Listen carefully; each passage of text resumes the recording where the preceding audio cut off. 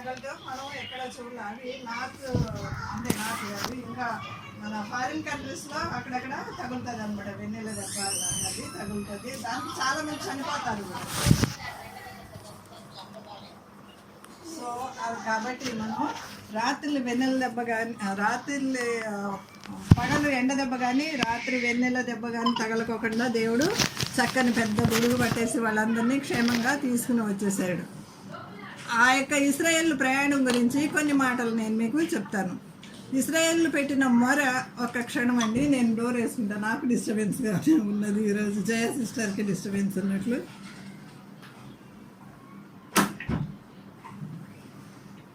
ఎందుకంటే మనవరాళ్ళు వస్తే కనుక కొంచెం హడావిడి ఎక్కువే ఉంటుంది. బోల్ట్ వేసేసుకున్నాను. అటే దృష్టి వెళ్ళిపోతూ ఉంటుంది కదా, పిల్లలు తిరుగుతూ ఉంటే బోల్ట్ వేసేసుకున్నాను. ఇప్పుడు నాకు డిస్టర్బెన్స్ ఉండదు, కొంచెం కాన్సన్ట్రేషన్ ఉంటుంది. నేను ఏవైతే చెప్పాలని ఉద్దేశించిన పరిశుద్ధాత్మ దేవుడు అవన్నీ కూడా మీకు కూడా అర్థమయ్యేటట్టుగా చెప్పాలని నేను ప్రయత్నిస్తున్నాను అనమాట. అయితే ఇశ్రాయేలు ప్రజలు పెట్టిన మొర దేవుని దగ్గరికి డైరెక్ట్గా చేరింది. అప్పుడు దేవుడు ఏం చేశాడు? మోషేని పంపించాడు. మోషేని ఒక్కడనే పంపించాడా? అందరు రెస్పాండ్ అవ్వాలా. మోషేని ఒక్కడనే పంపించాడా దేవుడు వాళ్ళని విడిపించడానికి? అహరోన్ని కూడా పంపించాడు. అహరోన్ని పంపించాడు, మిరియాముని కూడా పంపించాడు. అంటే ఫ్యామిలీ ప్యాక్ అనమాట. ఫ్యామిలీ వాళ్ళ తల్లిదండ్రులు ఎలాంటి వాళ్ళు? వాళ్ళ తల్లిదండ్రుల పేరు ఏంటండి? వాళ్ళ తల్లిదండ్రుల పేర్లు, మోషే తల్లిదండ్రుల పేర్లు సరే, యెకెబెతు, అమ్రాము. వీళ్ళు కూడా చాలా సూపర్ హీరోయిన్లు అని మనం చెప్పుకోవచ్చు అన్నమాట బైబిల్ పరంగా. అంత గొప్ప పేరెంట్స్ని మనం ఎప్పుడు మర్చిపోకూడదండి. ఒక గొప్ప నాయకుని మన ప్రపంచానికి అందజేసింది. ఇది చరిత్ర, ఇదేదో కథలు కాదు, కట్టుకథలు కాదు. మనకు అందరికీ తెలిసిన జీవము గల బైబిల్. ఇది జీవపు మాటలు అన్నది. ఇవి జరిగినట్టు మనకి పరిశుద్ధాత్మ దేవుడు ఆయా భక్తులతోటి రాయించినటువంటి మాటలు. వారి ప్రయాణంలో వాళ్ళ ఫ్యామిలీ ప్యాక్ట్ లాగా ఆ ఫ్యామిలీ అంతా దేవునికి వాడబడ్డారండి. మన కుటుంబ సభ్యులు కానీ మనం కానీ దేవుని కొరకు ఎలాగా వాడబడుతున్నాం ఒకసారి జ్ఞాపకం చేసుకున్నాం. లాస్ట్ టైం నేను చెప్పినప్పుడు యెషయా భక్తుని గురించి చెప్పినప్పుడు ఆయన నగ్నంగా తిరిగి నువ్వు వాక్యాన్ని ప్రకటించు అన్నప్పుడు ఆ భార్య ఎంత బాధపడి ఉంటుంది కదా, ఎంత ఏడ్చుంటుంది కదా. అయ్యో ప్రభువా ఏంటి పరిస్థితి, గుండెలు బాదుకుని ఏడ్చి డొల్లి ఏడ్చుంటుంది. బహుశా ఆ పరిస్థితి ఎవరికి కూడా రాకూడదు నవే డేస్లో. దేవుడు ఆ కాలంలో అలా పెట్టాడు. కానీ ఇప్పుడు అలాగ చెప్పమంటే ఒక భక్తుడు ఉంటాడండి ఇక్కడ, ఒక్క భక్తుడు మనకి కనిపించడు. అలాంటి ఉన్నతమైన దేవుని ఇప్పుడు కృపాకాలంలో ఉన్నాం. మనం ఏ కాలంలో మన ఎవరు అడిగారు? మనం ఏ కాలంలో ఉన్నామంటే కృపాకాలంలో ఉన్న దేవుడు ఎంత కనికిరాన్ని మనకి మీద కుమ్మరిస్తున్నాయంటే. అలాగ మొదలైనటువంటి జర్నీ దేవుడు మోషేని పంపించి ఆ జర్నీలో చక్కగా తీసుకుని వచ్చాడు. 40 సంవత్సరాలు నడిపించుకుంటూ వచ్చాడు. వాళ్ళు రోజుకి ఎన్ని కిలోమీటర్లు ప్రయాణం చేసి ఉంటారండి? ఎక్కువ. అంటే చంటి పిల్లలు, పశువులు, అప్పుడే పుట్టిన చిన్న పశువు పిల్లలు కానీ చంటి పిల్లలు కానీ ఎంతోమంది ఉంటారు కదా. రోజుకంట 12 కిలోమీటర్లే ప్రయాణం చేయగలిగేవాళ్ళండి. ఇంత జనసమూహం కదా. బహుశా వాళ్ళ లైన్ పెట్టుంటే ఎన్ని కిలోమీటర్లు వెళ్ళిపోయేది. 20 లక్షల జనం అంటే మాటలా. అలాగ నడిపించుకుంటే దేవుడు చక్కగా వారిని తీసుకుని మొత్తానికి అనేక రాజులు మా మార్గంలో వెళ్ళవద్దు, మీరు మా మార్గంలో వెళ్ళొద్దని చాలామంది రాజులు అడ్డం వచ్చేసారు. అడ్డం వస్తే దేవుడు వాళ్ళని నడిపించుకుంటూ తీసుకొచ్చాడు. దేవుడే వాళ్ళని బయటికి తీసుకొచ్చాడు. కాబట్టి దేవుడు ఏదో ఒక విధంగా వారికి మార్గాన్ని కలుగు చేశాడు అనమాట. మార్గాన్ని కలుగు చేసి కొంతమంది రాజులను ఎదిరికించి, కొంతమంది అయితే అసలు వెళ్ళనిపోతానంటే అప్పుడు ఎంత రిక్వెస్ట్ చేసేవాళ్ళు, మీరు వాటర్ కూడా తాగము, మీ గడ్డి కానీ పశువులు కానీ ఏవైనా కొంచెం నష్టం చేసినా అది కూడా మేము ఇచ్చుకుంటాము, జస్ట్ మమ్మల్ని వెళ్ళనివ్వండి అని అంటే నో అన్నారు. ఇలా వెళ్ళవలసిన వాళ్ళు ఇలా పెద్ద రౌండ్ పెట్టుకుని చుట్టూ తిరిగి వెళ్ళినటువంటి రోజులు కూడా ఉన్నాయి. ఇలాగ ఉన్న పరిస్థితుల్లో కొంతమంది రాజులకైతే ఇంకా చాలా కోపం వచ్చింది, భయం కూడా కలిగింది. ఇలాంటి గొప్ప జనం వస్తున్నారు, ఈ జనం ముందు మనము ఎదుర్కోలేము, కాబట్టి వీళ్ళని ఎట్లాగన్నా నాశనం చేయాలి, మన వల్ల కావట్లేదు, ఇంత పెద్ద జనసమూహం నాశనం చేయటం దేవుడు వాళ్ళ పక్షాన ఉన్నాడని వీళ్ళకి తెలుసు. రాహాబు విషయంలో కూడా ఏమంటది, వాళ్ళని చూసినప్పుడు మీ దేవుడు చేసిన ఆశ్చర్య కార్యాలు విన్నప్పుడు మా గుండెలు చెదిరిపోయినాయి అంటది కదా. అలాగే ఇక్కడ ఒక రాజు ఉన్నాడు. ఈ స్టోరీకి ముందు నేను ఈ కొంచెం బ్రీఫింగ్ నేను మీకు ఇవ్వకపోయినట్లయితే అర్థం కాదనమాట. అందుకని నేను బ్రీఫింగ్ ఇస్తున్నాను. ఈ కొజ్బీ అనేటువంటి ఈ స్త్రీ గురించి, ఈమె చేసిన నష్టాన్ని గురించి, ఎందుకు ఇంత నష్టం చేయవలసి వచ్చిందో ఆ విషయాలు నేను కొంచెం మీకు బ్రీఫ్ చేయకపోతే అర్థం కాదని నేను కొంచెం బ్రీఫ్ చేస్తున్నాను. అయితే ఈ విధంగా వాళ్ళు నడుస్తూ వస్తున్నప్పుడు ఒక రాజు ఉంటాడు. ఆ రాజు పేరు బాలాకు. ఆ బాలాకు రాజు ఏమంటాడంటే, బాబోయ్ ఈ జనాలు వెంట నేను అంటే పోరాడి గెలవలేను, వాళ్ళని ఏది విధంగా శపించేయాలి, వాళ్ళకి ఏ విధంగా నష్టం రావాలి, అలాంటి విధంగా నేను ఒక ప్లాన్ చేస్తాను అనేసి బిలాము అనే ఒక ప్రవక్తని పట్టుకుంటాడు. బిలాము ప్రవక్తని పిలిపించేసి, నువ్వు ఈ జనాన్ని శపించేసి, నా వల్ల కావట్లా, చెప్పండి సిస్టర్, మాతా సిస్టర్.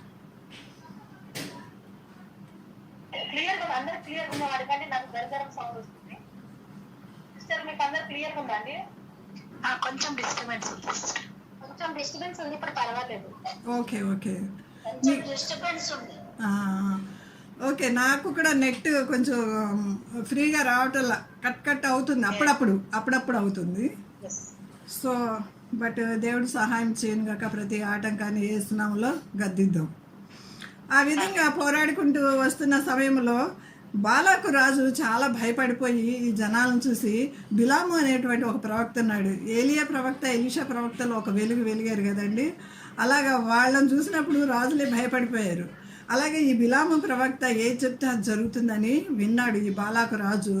విని అతన్ని పిలిపించుకోవడానికి ఇంత బంగారం, కొన్ని సంచులు బంగారము, కొంతమంది అధికారులు అంటే ఫర్ ఎగ్జాంపుల్ కొంతమంది మినిస్టర్స్ని, బాగా టాకెటివ్ ఉన్న మినిస్టర్స్ని, అతను కన్విన్స్ చేసి తీసుకురాగలిగిన మినిస్టర్స్ని ఇతని దగ్గరికి, ప్రవక్త దగ్గరికి పంపిస్తాడు అనమాట.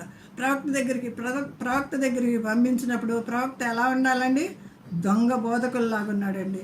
ఈ బిలాము గాడిద సంగతి మనకు తెలుసు కదా, గాడిద తన్నిద్ది కూడా.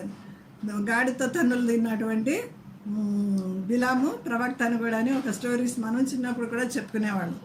అబద్ధ ప్రవక్తలు నవేడేస్ చాలామంది వచ్చారండి. మనం ఏది కరెక్టో ఏది అబద్ధమో తెలుసుకోలేనటువంటి రోజుల్లోకి మనం వచ్చేసాము. వెలుగుదూతలాగా వచ్చేసింది ఇప్పుడు నవేడేస్ టైం. యేసుప్రభు రాకడ బహు సమీపంగా ఉందని మనం వింటానే ఉన్నాం, పుట్టిన దగ్గర నుంచి వింటున్నాం. ఇప్పుడు సమీపంగానే లేదు, ఆయన డోర్ దగ్గరికి వచ్చాడు, బోల్ట్ మీద చేయి పెట్టి ఉన్నాడు అని చాలామంది చెప్తున్నారండి. ఇంకా జస్ట్ అట్లా తీయటమే అనమాట, క్షణం. అలాంటి పరిస్థితుల్లో మనం ఉంటున్నాం. కాబట్టి వెలుగుదూత మన కన్నులకి ఏది కరెక్ట్ కాదో తెలియనటువంటి దినాల్లో మనం ఉన్నాం. ఏ సేవకుని నమ్మాలో ఏ సేవకుని నమ్మకూడదో, చాలా మ్యాజిక్లు చేసేవాళ్ళు, వాటర్ చల్లితే ఇంకేదేదో పడిపోయేవాళ్ళు, చాలా రకరకాలైనటువంటి వాళ్ళని మనం చూస్తున్నాం. అందరిని విమర్శించాలని నా ఉద్దేశం కాదు. మనం అసలు ఎప్పుడు కూడా సేవకులను విమర్శించకూడదు, వాళ్ళ ప్రతిఫలం వాళ్ళే పొందుకుంటారు. కాబట్టి మనం జాగ్రత్తగా ఏది కరెక్టా అని వాక్యానుసారం పౌలు అంటాడు కదా, నేను చెప్పినవి కరెక్టో కాదో పరిశీలించి మీరు తెలుసుకోండి అని అంటాడు. ఆ విధంగా మనం పరిశీలించి తెలుసుకుందాం ఎవరు మంచోళ్ళు ఎవరు చెడ్డోళ్ళు అని. ఈ బిలాము ఏం చేశాడంటే, ఇంత బంగారము అతను ఇచ్చినటువంటి ధనాన్ని చూసి ఆశపడి ఒకసారి వెళ్ళి దేవుని దగ్గరికి వెళ్ళి నేను అడిగొస్తాను, మా దేవుడు వెళ్ళమంటే నీతో పాటు రమ్మంటే వస్తాను అనేసి వెళ్ళి దేవుడి దగ్గరికి వెళ్ళి అడుగుతాడు. ఒకసారి కాదు, 2 సార్లు కాదు, 4 సార్లు ఇట్లా జరుగుతుంది. జరిగినప్పుడు అసలు మంచివాడైతే మా జనుల్ని శపించడానికి నేను రాను, మా దేవుడు అలాంటి వాడు కాదు, నువ్వు వెళ్ళిపో, ఈ ధనాన్ని తీసుకుని నువ్వు ఇలా చేయమంటావా అనేసి అటు నుంచి అంటే ఎలాగైతే ఎలీషా పంపించేసాడో అలా పంపించేయాల్సింది. ఎలీషా ఏమని పంపించాడండి? ఆ యుద్ధాల్లోకి వెళ్ళి మునుగు అని అన్నాడా నయమాన్ని? అలా పంపించాల్సింది. అలా పంపించుంటే స్టోరీ ఇంకొకలా ఉండేది, కానీ అలా పంపించలేదు. పంపించుకోకుండా నేను దేవుని దగ్గరికి వెళ్ళి అడిగి వస్తాను అనేసి బేరాలు అడిగి దేవుని దగ్గరికి వెళ్ళి అడిగితే దేవుడు వద్దన్నాడు. మళ్ళా 2వసారి అలాగే మినిస్టర్స్ని పంపించారు. మళ్ళా 2వసారి వచ్చి దేవుని దగ్గర అడిగినప్పుడు దేవుడు వెళ్ళే అని అన్నాడు. ఇంకా అతనికి ఎంత బలం వచ్చేసిందంటే, వెళ్ళు అని అన్నాడు కదా దేవుడు అని. మార్గ మధ్యంలో ఈ గాడిదని ఎక్కి వెళుతూ ఉంటే పెద్ద ఖడ్గాన్ని పట్టుకుని దూత నిలబడి ఉంటే ఇంకా ఆ గాడిది తట్టుకోలేక ఒక తన్నుదంతే ఏంటి నువ్వు నన్ను ముమ్మారుగా కొట్టావు అని గాడిదని కొడతాడు కదా. మనకు ఆ స్టోరీ అంతా తెలుసు, చాలామంది తెలుసు. మీకు ఈ స్టోరీ అంతా, నేను చెప్పింది స్టోరీ అంతా తెలియాలంటే సంఖ్యాకాండం 22, 23, 24, 25 ఈ అన్ని అధ్యాయాలు కూర్చుని సమయం ఉన్నప్పుడు ధ్యానించితే ఈ స్టోరీ అంతా వస్తుందన్నమాట. నేను ఒక హాఫ్ అన్ అవర్లో చెప్పాలంటే అయిపోతుంది. నేను ఓన్లీ హైలైట్స్ మాత్రమే చెప్తున్నాను. అయితే ఆ గాడిదకి నోరిస్తాడు దేవుడు. ఏంటి నువ్వు ఇలాంటి పని చేసావు అనేసి గాడిద కూడా మాట్లాడుతుంది. ఒకసారి చూడండి 22వ అధ్యాయము సంఖ్యాకాండము 22వ అధ్యాయము 28వ వచనం. 28వ వచనం. అప్పుడు యెహోవా గాడిదకు వాక్కునిచ్చాను కనుక చదవండి. నీవు నన్ను ముమ్మారి కొట్టితివి. అప్పుడు యెహోవా ఆ గాడిదకు వాక్కునిచ్చిన కనుక అది నీవు నన్ను ముమ్మారు కొట్టితివి. నిన్నేమి చేస్తున్నని బిలాముతో అనగా, బిలాము నీవు నా మీద తిరుగుబడితేవి, నా చేత ఖడ్గము ఉన్న ఎడల నిన్ను చంపింది నేను గాడిదతో అన్నాను. అందుకు గాడిద చూడండి ఎలా మాట్లాడుతుందో. చదవమ్మా.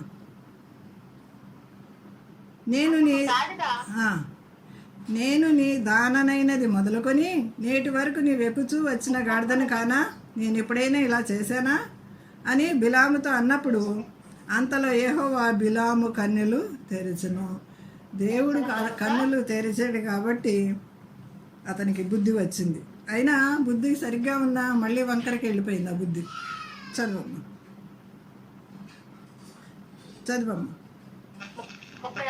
31. యెహోవా బిలాము కన్నులు తెరిచిన కనుక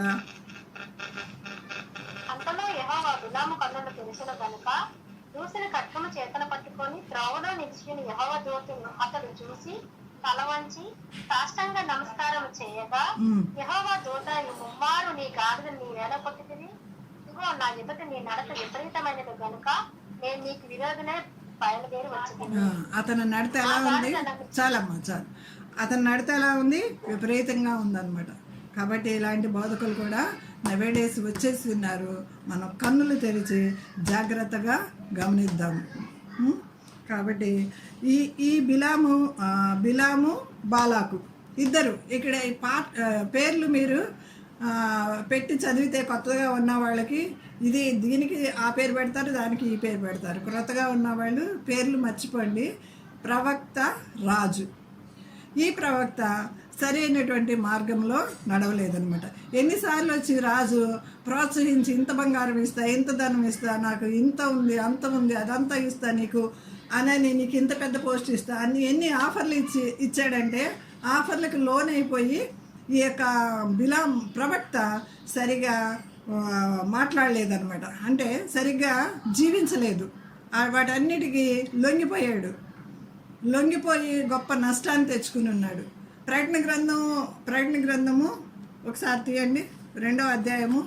అతని గురించి పరిశుద్ధాత్మ దేవుడు ప్రకటన గ్రంథంలో కూడా రాయించాడు. మనం చదివేది సంఖ్యాకాండం, కానీ పరిశుద్ధాత్మ దేవుడు ప్రకటన గ్రంథంలో కూడా రాయించాడు. ప్రకటన గ్రంథము 3వ అధ్యాయం అనుకుంటా, చూడండి.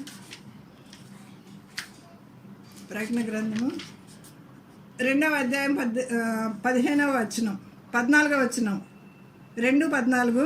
అయినను నేను నీ మీద కొన్ని తప్పిదములు మోపవలసి ఉన్నది. అవేవనగా విగ్రహములకు బలి ఇచ్చిన వాటిని తిన్నట్లును, జారత్వము చేయనట్లు ఇశ్రాయేలీలకు ఉరియడ్డుమని బాలాకునకు నేర్పిన బిలాము బోధను అనుసరించువారు నీలో ఉన్నారు. ఎంత భయంకరమైనటువంటి ప్రవక్త అండి. అర్థమైంది కదా ఎలాంటి వాటిని ఎంకరేజ్ చేశాడు ఈ ప్రవక్త. వ్యభిచారం చెయ్యి, ఇంకా వేటికి పడట్లేదు. వెళ్ళి అక్కడికి తీసుకుని వెళ్ళి మొత్తాన్ని తీసుకుని వెళ్ళాడు. మొత్తాన్ని తీసుకుని వెళ్ళి ఆ రాజు తీసుకుని వెళ్ళి ఆ ప్లేస్లో ఈ ప్లేస్లో ఎక్కువ ఎత్తైనటువంటి కొండ ప్లేస్లో నిలబెట్టి అగో చూడు ఎంతమంది వచ్చేస్తున్నారో, చుట్టుముట్టేస్తారు. వీళ్ళని కనుక అలా వదిలేస్తే మమ్మల్ని పచ్చిక ఎద్దులు కనుక పచ్చికని ఎట్లా నాకి పడేస్తే అట్లా మమ్మల్ని నాకి పడేస్తారు, నాశనం చేసేస్తారు. కాబట్టి వాళ్ళని శపించు. నీ నోట్లో నుంచి ఏ మాట వస్తే ఆ మాట జరుగుతుంది కదా. వాళ్ళని శపించు, వాళ్ళు శాపగ్రస్తులు అయిపోయి నాశనం అయిపోతాను, వాళ్ళని శపించు అని తీసుకొచ్చి ప్రోత్సహించాడు అనమాట రాజు. ఈ ప్రవక్త శాపవచనాలు పలుకుతున్నాడు కానీ అవన్నీ ఆశీర్వాదంగా మారిపోతున్నాయి. మళ్ళా రాజు ఇక్కడ కాదు ఇంకో చోటకి, ఇంకో చోట కాదు ఇంకో చోటకి అని తిప్పుతూ ఉన్నాడు. దేనికి లొంగలేదు. లొంగపోయేవరకు ఆఖరికి ఈ చెడ్డ ప్రవక్త ఒక చెడ్డ సలహా ఇస్తాడు. ఏమని సలహా ఇస్తాడంటే, విగ్రహారాధన, వ్యభిచారము ఈ రెండు మా దేవుడికి చాలా అసహ్యమైనవి. ఈ రెండు పనులు జరిగేటట్టు నువ్వు చూడు, ఒక అందమైన లేడీస్ని ఆ ఇశ్రాయేల్లోకి పంపించేసి ఆ ఇశ్రాయేల్ బలవంతులైనటువంటి మగవాళ్ళు రెచ్చిపోతారు ఈ అందమైన లేడీస్ని చూసి. కాబట్టి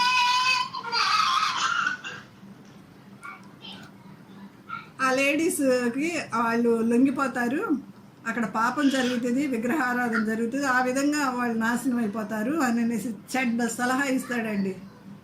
ఈ చెడ్డ సలహా ఇచ్చినప్పుడు ఈ ప్రవక్త ఇచ్చిన సలహా ఈ రాజుకి చాలా బాగా నచ్చింది. అమలుపరుస్తాడు.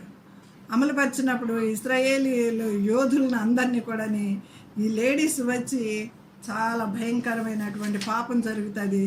ఈ పాపం జరిగినప్పుడు అక్కడ మోషేకి కోపం రగిలిపోద్ది, దేవునికి కోపం రగిలిపోద్ది. దేవుని దగ్గర విజ్ఞాపన చేసిన మోషే కళ్ళ ఎదుటి కూడా ఈ కొస్బీ అనేటువంటి ఆమె పాపం చేస్తుంది అనమాట.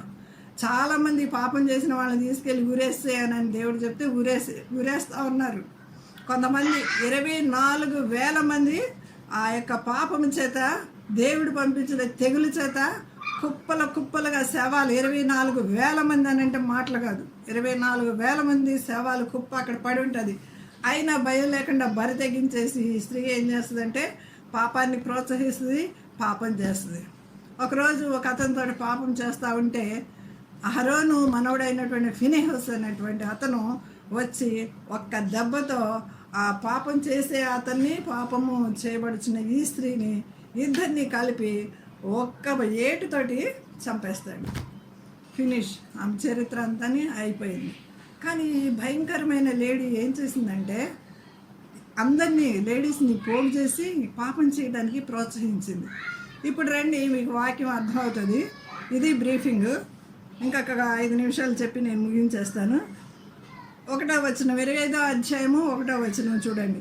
ఇశ్రాయేలు షిత్తీములో దిగి ఉండగా ప్రజలు మోయాబు రాండ్రతో వ్యభిచారము చేయసాగిరి. ఆ స్త్రీలు తమ దేవతల బలులకు ప్రజలను పిలువగా వీరు భోజనము చేసి వారి దేవతలకు నమస్కరించిరి. అట్లు ఇశ్రాయేలీయులు బయల్పు ఎరువుతో కలిసి కొనినందున వారి మీద యెహోవా కోపము రగులుకొనెను.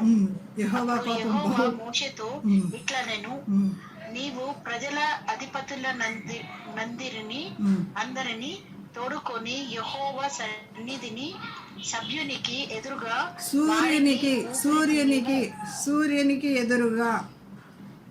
సూర్యునికి ఎదురుగా వారిని ఉరితీయుము. అప్పుడు యెహోవా కోపాగ్ని ఇశ్రాయేలీయుల మీద నుండి తొలగిపోవని చెప్పెను. ఏమని చెప్పాడు? చాలమ్మా, ఇట్లాగా జరిగినప్పుడు భయంకరమైనటువంటి పాపం జరుగుతుంది. వీళ్ళని తీసుకొచ్చి సూర్యునికి ఎదురుగా, సూర్యుడు అంటే నీతి సూర్యుడు తెలుసు కదండి, మలాకి గ్రంథంలో ఉంటుంది. ఆయన నీతి సూర్యుడు మీపై ఉదయించిన ఆయన రెక్కలు మీకు ఆరోగ్యాన్ని ఇస్తాయి, 4వ అధ్యాయంలో ఉంటుంది కదా. నీతి సూర్యునికి ఎదురుగా తీసుకొచ్చి ఉరి తీయమని దేవుడు చెప్పినప్పుడు ఉరి తీస్తూ ఉంటాడు. అయినా సరే మోషే కన్నులు ఎదురు ఎంత పాపం జరుగుతుంది. 5వ వచనం కూడా చదవండి అమ్మా. కాబట్టి మోషే ఇశ్రాయేలీయుల న్యాయాధిపతులను పిలిపించి, మీలో ప్రతి వాడును బయల్యోరుతో కలిసి కొనిన తన వశములోని వారిని చంపవలెనని చెప్పెను. ఇదిగో మోషే కనుల ఎదుటను ప్రత్యక్షపు గుడారము యొక్క ద్వారము నొద్ది ఏడ్చుచుండిన ఇశ్రాయేలీయుల సర్వ సమాజము యొక్క కనుల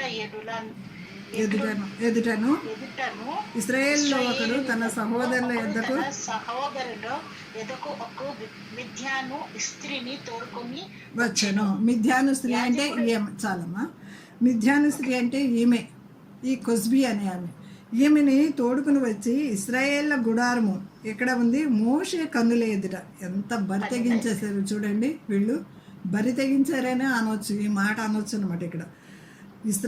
ఇదిగో మోషే కన్నుల ఎదుట ప్రత్యక్షపు గుడారం యొక్క ద్వారమునద్ద ఏడ్చుచుండిన ఇశ్రాయేలీల సర్వ సమాజం యొక్క కన్నుల ఎదుట. అంటే ఇంత ఘోరం జరిగిపోతుందని కొంతమంది ఏడుస్తున్నారు, సర్వ సమాజము. అంటే మగవాళ్ళని ఆడవాళ్ళని కూడా ఉరిదీసేస్తున్నాడు మోషే. దేవుడు చెప్పినట్టు 10 ఆజ్ఞలు తీసుకొచ్చినప్పుడు కూడా అదే జరిగింది కదండి. అందరి విచ్చలవిడిగా వాళ్ళు పాపం చేస్తుంటే ఆ యొక్క పలకల్ని పడేసి ఆ వ్యభిచారంతో ఉన్న వాళ్ళని మొత్తాన్ని నువ్వు ఏంటి ఊచకోత కోసే అనేసి దేవుడు ఆజ్ఞాపించినప్పుడు వాళ్ళందరినీ ఆ చేసినటువంటి దోడిని ఏం చేశాడు, అగ్నిలో వేసి పొడి చేసేసి ఆ నీళ్లను కూడా తాపించాడు మోషే. మామూలుడు కాదు మోషే కూడా. దేవుని కొరకు రోషముగా ఉన్నటువంటి గొప్ప ప్రవక్త మోషే. అలాంటి మోషే ఎదుట ఇవన్నీ చూసే ఉంటారు కదా, వీళ్ళు దాటి వచ్చారు కదా. ఇవన్నీ అయిపోయిన తర్వాతే కదా ఈ 25వ అధ్యాయము సంఖ్యాకాండానికి వచ్చావు. ఇంత జరిగిన తర్వాత కూడా మోషే ఎదుట, మోషేని అక్కడ అసలు అప్పుడు ఒక దేవుళ్ళలాగా వాళ్ళు కొలిచేవారు అనమాట. అంత గొప్పగా మోషే నడిపిస్తుంటే నడిచేవాళ్ళు. వాళ్ళ నడక ఎలా ఉండేది, మేఘం నడుస్తూ ఉంటే నడిచేవాళ్ళు, మేఘం ఆగిపోతే అక్కడ ఆగిపోయేవాళ్ళు. అదే కదండి వాళ్ళ యొక్క దిక్సూచి, అదే అనమాట. ఇదిగో మోషే కన్నులెత్తుట ప్రత్యక్ష గుడారం యొక్క ద్వారం నందు ఏడ్చుచుండిన, ఎంతమంది ఘోష పెట్టి ఏడుస్తున్నా సరే సర్వ సమాజం యొక్క కన్నుల ఎదుటను ఇశ్రాయేలీలో ఒకడు తన సహోదరుల యొద్దకు ఒక మిద్యాను స్త్రీని తోడుకుని వచ్చును. ఈ మిద్యాను స్త్రీ ఎవరంటే కుస్బీ. తోడుకుని వచ్చి యాజకుడైన అహరోను మనవడును ఎలియాజరు కుమారుడైన ఫినెహాసు అది చూసి సమాజం నుండి లేచి ఈటెను చేతబట్టుకొని పడక చోటికి ఆ ఇశ్రాయేలీని వెంబడి వెళ్ళి ఆ ఇద్దరిని అనగా ఆ ఇశ్రాయేలీని ఆ స్త్రీని కడుపులో గుండా దూసిపోనట్లు పొడిచెను. ఒక్క దెబ్బతో ఫినిష్, చాప్టర్ క్లోజ్. అప్పుడు ఇశ్రాయేల్లో నుండి తెగులు నిలిచిపోయాను. చదవండమ్మా నెక్స్ట్. 24,000 మంది ఆ తెగులు చేత చనిపోయిరి. 24,000 మంది చనిపోయారంట. చూడండి, 24,000 మంది అంటే మాటలు కాదు, 100 కాదు, 200 కాదు, 10 కాదు, 2400 మంది, 24,000 మంది ఆ తెగులు చేత చనిపోయారు. అప్పుడు యెహోవా మోషేకు ఇలాగ ఆజ్ఞ ఇచ్చాను. చదువు. యాజకుడైన అహరోను మనవడు కుమారుడైన ఫినెహాసు వారి మధ్యను నేను ఓర్వలేని దానిని తాను ఓర్వలేకపోవట వలన ఇశ్రాయేలీయుల మీద నుండి నా కోపము మళ్లించెను గనుక నేను ఓర్వలేక ఇశ్రాయేలీయులను నశింపజేయలేదు. అంటే ఇక్కడ మనకు కొంచెం కన్ఫ్యూజింగ్గా ఉంది. ఫస్ట్ చదివే వాళ్ళకి కొంచెం కన్ఫ్యూజింగ్గా ఉంది. ఏంటంటే దేవుడు ఈ యొక్క విషయాన్ని చూసి ఓర్వలేకపోయాడు, సహించలేకపోయాడు. నేను ఏ విధంగా అయితే సహించలేకపోయానో ఈ అహరోను మనవడు ఫినెహాసు కూడా సహించలేక ఈ గొప్ప కార్యం చేశాడు. శబాష్ అని అనేసి ఫినెహాసుకి దేవుడు చెప్తున్నాడు అనమాట. అది అనమాట, నేను ఓర్వలేక ఇంటికి ఇశ్రాయేలీలను నశింపచేయలేదు కాబట్టి నువ్వు అతనితో ఇట్లాను, అతనితో నేను నా సమాధాన నిబంధన చేయుచున్నాను. అది నిత్యమైన యాజక నిబంధనగా అతనికి అతని సంతానమునకు కలిగి ఉండును. ఇంకా ఎవర్ లాస్టింగ్ అనమాట, బ్లెస్సింగ్ ఇచ్చేసాడు అక్కడ దేవుడు. పాపాన్ని చూసి మనం చూడనట్టు మన సంఘాల్లో కానీ మన చుట్టుపక్కల కానీ పర్వాలేదులే, ఈ చిన్న అబద్ధమే కదా, పర్వాలేదులే, ఈ విషయంలోనే కదా వాళ్ళు తప్పిపోతున్నారు, ఇంకా మిగతా అన్ని విషయాల్లో బాగానే ఉన్నారు కదా అని మనం కనుక చూస్తూ ఊరుకున్నట్లయితే, పాయింట్అవుట్ చేసి ఉన్నట్లయితే మనం బ్లెస్సింగ్స్ అని పోగొట్టుకుంటామండి. ఇది నేను నేర్చుకున్నాను కాబట్టి నేను మీకు కూడా చెప్తున్నాను అనమాట. కాబట్టి చుట్టుప్రక్కల ఉన్న వారికి మనం చూసినప్పుడు భయం కలగాలండి, అంతే.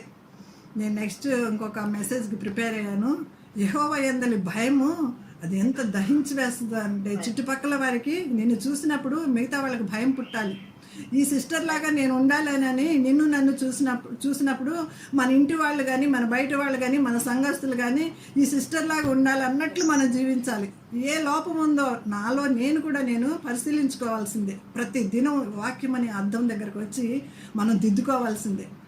ఆ లేడీస్కి నోరు మరీ ఎక్కువ, విస్తారమైన మాటలు దోషం ఉండక మానదు. అందుకే నాలుక గురించి ఒక చాప్టరే ఇచ్చేసాడు. యాకోబు పత్రిక 3వ అధ్యాయంలో ఒక చాప్టరే ఇచ్చేసాడు. నీవు ఈ నాలుగుతోనే దేవుని స్తుతిస్తావు, ఈ నాలుగుతోనే శపిస్తావు. మన బిడ్డలకి ఏమన్నా కష్టం కలుగుతుంటే వాళ్ళ గురించి, అంటే అటు సంబంధం వాళ్ళు ఉన్న వాళ్ళ గురించి లేడీస్ మాట్లాడకుండా ఉంటామండి? ఒక మాట మాట్లాడి ఆగుతామా? కడుపు మండిద్ది కొన్నిసార్లు. కానీ ఇలాంటి సమయంలోనే మన యొక్క విశ్వాసాన్ని మనం పరిశీలన చేసుకోవాలి, జాగ్రత్తగా మాట్లాడాలి. ఇక్కడ తప్పిపోతున్నాం మేము. ఒకసారి మనం అన్నిట్లోని 4 సార్లు ప్రార్థన చేయొచ్చు. నేను ఒకసారి ఒక సేవకునితోటి 40 days ఫాస్టింగ్ ప్రేయర్స్లో నేను 7 times a day ప్రేయర్ చేస్తున్నా అండి పాస్టర్ గారు అని అంటే, ఇంకా నువ్వు సెర్చ్ చేసుకోవాల్సింది కొంత ఉందమ్మా అని అన్నారు. అప్పుడు నాకు ఆ మాట చాలా కష్టం వేసింది. ఏంటి నేను 7 times ప్రేయర్ చేస్తున్నాను, రోజుకి ఇంత నిబంధతతో చేస్తున్నాను అని చెప్తే ఇంకొంచెం ఎంకరేజ్మెంట్కి చాలా సంతోషం అమ్మా, చాలా శభాషానా అని అంటారేమో అనుకున్నాను. ఇంకా నువ్వు సరి చేసుకోవాల్సినవి కొన్ని ఉన్నాయమ్మా అని చెప్పారు అని అప్పుడు నేను బాధపడ్డాను. కానీ దావీదు అంటాడు కదా, నీతిమంతులు నన్ను కొట్టడం నాకు తైలాభిషేకం, వాళ్ళ గద్దింపులు నాకు ఆశీర్వాదం అని. అది ఇప్పుడు మనం నేర్చుకోవాలి. ఇంకా చనిపోయే వరకు మనం నేర్చుకునే వారంగానే ఉండాలి. నీ ధర్మశాస్త్రము నాకెంతో ప్రీతికరం అని అంటాడు కదా దావీదు. ఎన్నో గొప్ప గొప్ప మాటలు ఉన్నాయి. ఈ కొజ్బీ గురించి చెప్తున్నప్పుడు, చదువుతున్నప్పుడు, ధ్యానిస్తున్నప్పుడు ఎంత భయంకరంగా జీవించినటువంటి స్త్రీ, వ్యభిచారానికి అందరినీ ప్రోత్సహించి ఒక లీడర్ లాగా అందమైన ఆడవాళ్ళని తీసుకుని ఒక అంటే వ్యభిచార గృహాల్లో ఉంటారు కదా, అలాంటి పని చేసిందేమో ఈమె అన్నట్లుగా ఉందన్నమాట. ఇదంతా దేవుడు చూసి ఊరుకుంటాడండి? దేవునికి ఏదైనా మరుగైనది ఏదైనా ఉందా? ఆ ప్రజలు నడిపించుకొచ్చింది దేవుడే కదా, ఆ ప్రజల్ని ఎన్నుకున్నది దేవుడే కదా. వాళ్ళ మీదకి ఇలాంటి చెడ్డవి ప్రయోగిస్తుంది దేవుడు చూస్తూ ఊరుకుంటాడా? వాళ్ళని ఒక్క దెబ్బతో నాశనం చేయమని చెప్పాడు. అక్కడ పాపం చేసిన వాళ్ళందరికీ ప్రతిఫలము వచ్చింది. ఈ జిమ్రీ అనేటువంటి వ్యక్తితోటి ఇంకొకటి 13వ వచనం చదవమ్మా. 13వ వచనం, అది నిత్యమైన యాజక నిబంధనగా అతనికి అతని సంతానములకు కలిగి ఎలయనగా దేవుడు అతడు తన దేవుని విషయమందు ఆసక్తి గలవాడే. దేవుని విషయమందు మనం ఎలా ఉండాలండి? ఆసక్తి. నేనే ఫస్ట్ వెళ్ళాలి, నేనే ఫస్ట్ కూర్చోవాలి. పెద్ద పెద్ద చర్చెస్కి వెళ్ళినప్పుడు ఫస్ట్ కూర్చోడానికి ప్లేసెస్ ఉండవండి. మేము all over India, Delhi, Bombay, Calcutta, metropolitan cities అన్నీ తిరిగాము. ఆయా చర్చెస్కి వెళ్ళాము. అంటే ఏదన్నా ఒక చర్చికి నిబద్ధతతో వెళ్ళాలి. పెద్ద పెద్ద చర్చెస్ కదా, అక్కడ ఫస్ట్ కూర్చోడానికి ప్లేస్ ఉండదు. ఇంకా కొన్ని చర్చెస్లో అయితే ఫస్ట్ సీట్ అసలు మనకి అలౌ చేయరు. ఇంకా పెద్దవాళ్ళు ఎవరో వచ్చి కూర్చుంటారనేసి అలౌ చేయరు అనమాట. అలాంటి ప్లేసుల్లో నాకు అనిపించేది నేను ఫస్ట్ కూర్చోవాలి, ఒక రోజన్నా నేను ఫస్ట్ కూర్చోవాలి అట్లా అనిపించేది అనమాట. ఆసక్తి అంటే దేవుని ఆలయానికి వెళ్ళాలన్న ఆసక్తి నన్ను భక్షించుతున్నది, నిన్ను కూర్చున్నటువంటి ఆసక్తి నన్ను భక్షించుతున్నది అంటాడు కదా దావీదు. అలాంటి ఆశ కలిగి ఉండాలన్నమాట.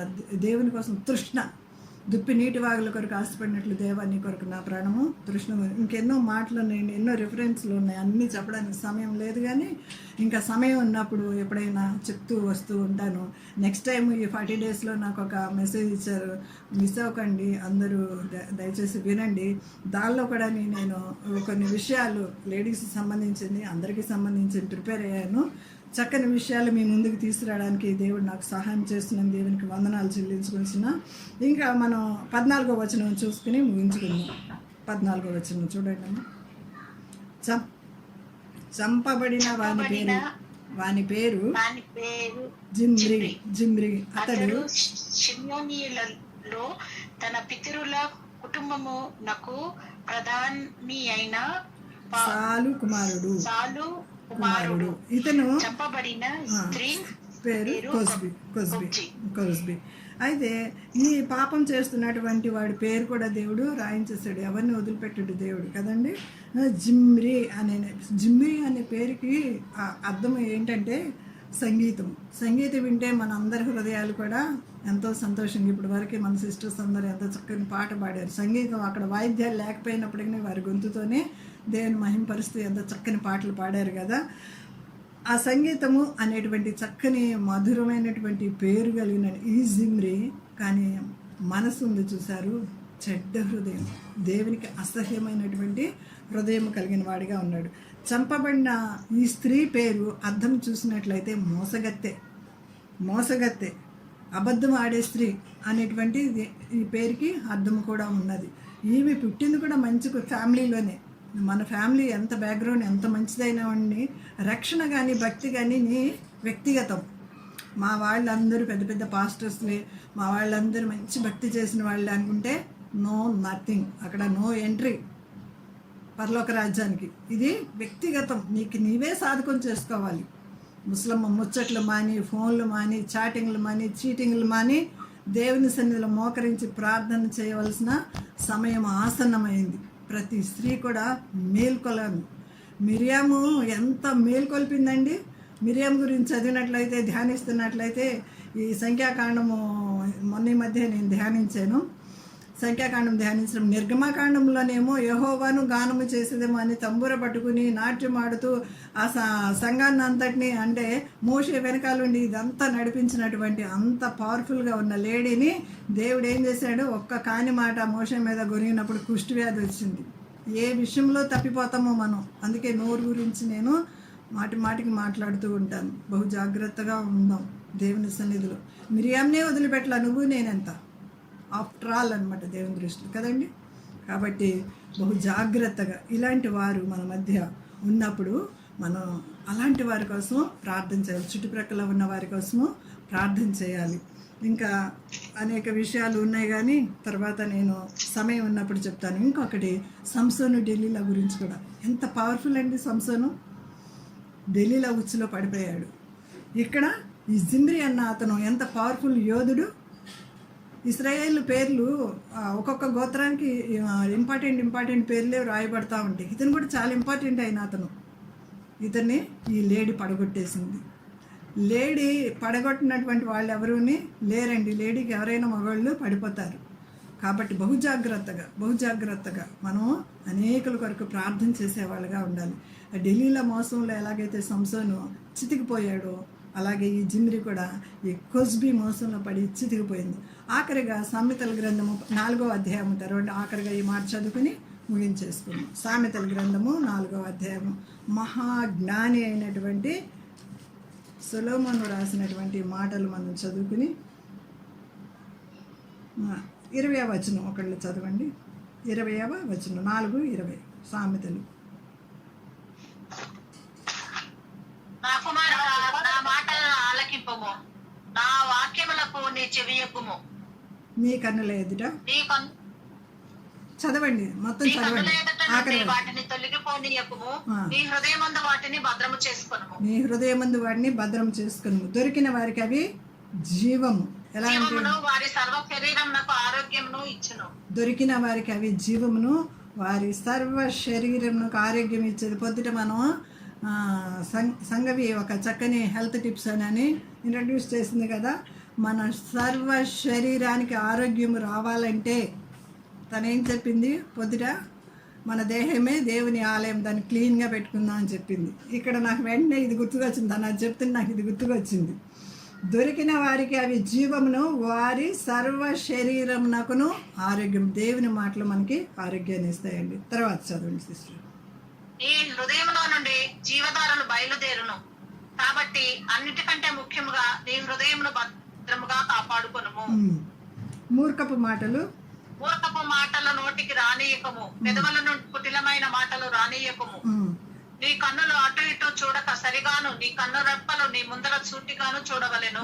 నీవు నడుచు మార్గమును సరళం చేయము, అప్పుడు నీ మార్గములన్నీ స్థిరములగును. నీవు కుడి తట్టునకైనను ఎడమ తట్టునకైనను తిరగకుము. నీ పాదమును కీడునకు దూరముగా తొలగించుకొనుము. చాలు ఎంత బ్యూటిఫుల్ వర్డ్స్ కదండి. దొరికిన వారికి అవి జీవమును, సర్వ శరీరమునకును ఆరోగ్యమును ఇస్తాయి. కాబట్టి నీ హృదయంలోని జీవధారలు బయలుదేరును. కాబట్టి అన్నిటికంటే ముఖ్యంగా నీ హృదయమును భద్రముగా కాపాడుకొను. మూర్ఖపు మాటలు నోటికి రానియకము, పెదవుల నుండి కుటిలమైన మాటలు రానియకము. నీ కన్నులు ఇటు అటు చూడక సరిగాను. మన కన్నులు ఎప్పుడు కూడా వ్యర్థమైన వాటిని చూడకన్నా నా కన్నులు త్రిప్పివేయి ప్రభువా 119 కీర్తనలో దావీదని అంటాడు కదా.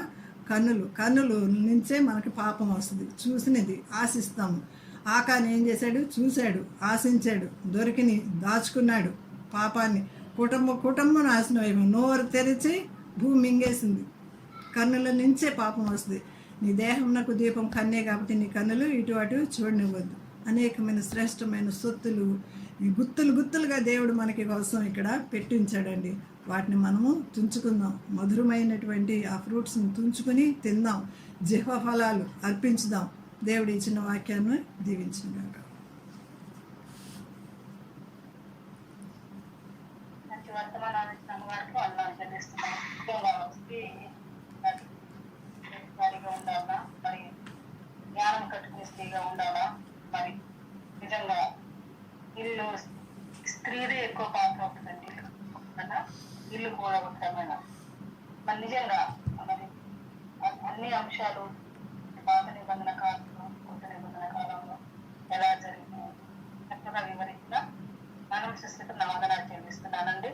వీళ్ళని ఇంకా బాగా కాక ఇంకా స్త్రీల మధ్యలో ఇలాంటి విషయాలు ఎన్నో అందించను కాక దేవునికి స్తోత్రం.